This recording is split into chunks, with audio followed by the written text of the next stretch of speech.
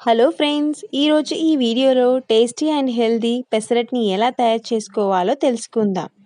ఈ టేస్టీ పెసరట్టు కోసం 1.5 కప్పుల పెసరపప్పును తీసుకోవాలి. తర్వాత 1 కప్పు బియ్యాన్ని తీసుకోవాలి. వీటిని నైటే నానబెట్టుకోవాలి, పప్పును అండ్ బియ్యాన్ని. తర్వాత రోజు ఉదయాన్నే నానబెట్టిన పప్పుని, బియ్యాన్ని 2-3 సార్లు నీట్గా క్లీన్ చేసుకోవాలి.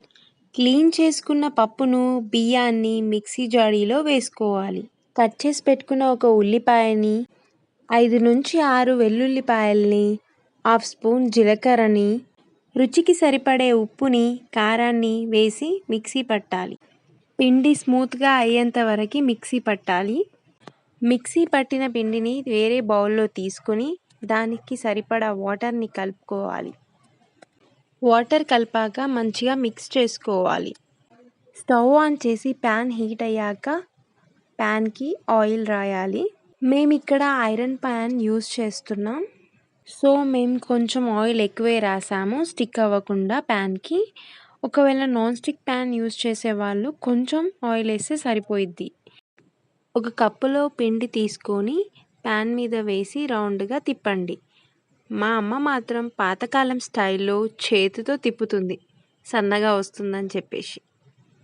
మీరు మాత్రం ట్రై చేయకండి ఫ్రెండ్స్, చేతి కాలుతుంది. తరువాత ఆ పెసరట్టు పైన ఒక మూత పెట్టి ఉంచాలి. కొంచెం సేపటి తర్వాత మూత తీసి చూడాలి కాలిందా లేదా అని. ఒకవేళ కింది వైపు కాలితే పైన వైపుని కూడా తిరిగేస్తే సరిపోతుంది. అంతే friends, tasty and healthy pesarattu ready అయిపోయింది.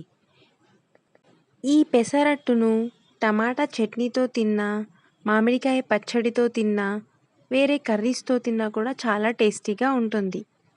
కానీ పాతకాలంలో మాత్రం ఆయిల్ వేసుకొని తినేవారు. నాకు కూడా ఆ స్టైలే నచ్చుతుంది ఫ్రెండ్స్. మీరు కూడా ఒకసారి ట్రై చేసి చూడండి. ఓకే ఫ్రెండ్స్, ఈ వీడియో కనుక మీకు నచ్చినట్లయితే like, share, comment and subscribe చేయడం మాత్రం మర్చిపోకండి ఫ్రెండ్స్.